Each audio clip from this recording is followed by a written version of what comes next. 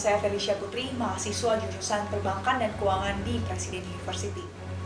Melemahnya mata uang sejumlah negara, harga minyak dan komoditas dunia yang turun bebas, serta tersendatnya suplai US dollar di sejumlah negara seolah menjadi gejala.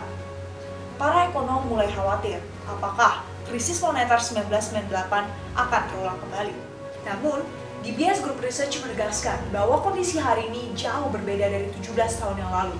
Saat itu, utang Asia dan defisit transaksi berjalan luar biasa besarnya, sehingga berimplikasi pada pertumbuhan ekonomi yang negatif 13%.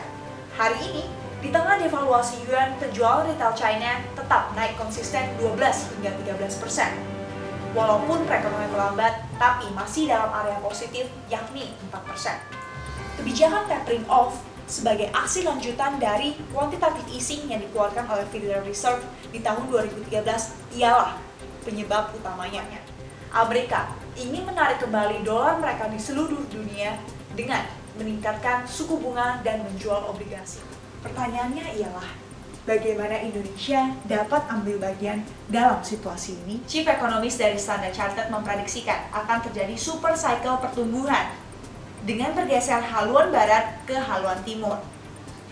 Dengan pertumbuhan ekonomi PDB yang konstan di angka 7%, Indonesia dapat mencapai PDB 3,2 triliun US dollar di tahun 2020 dan perlahan masuk menjadi 5 besar ekonomi dunia, mengalahkan Prancis, Inggris, Rusia, Jerman, dan bahkan Jepang. Selain itu, DBS Asian Insight pun melaporkan bahwa 60% sampai 70% dari populasi Indonesia berada di usia produktif.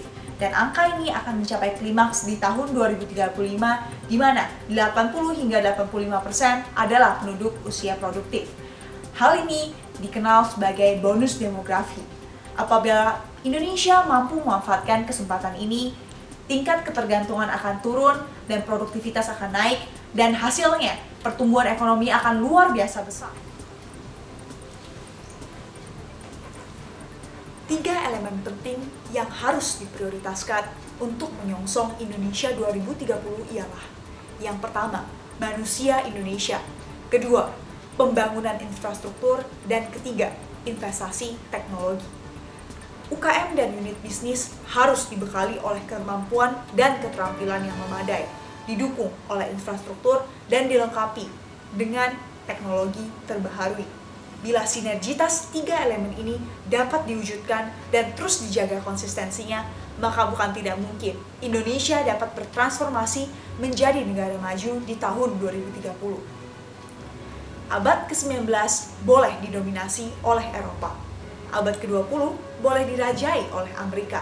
Namun abad 21 adalah milik Asia dan Indonesia.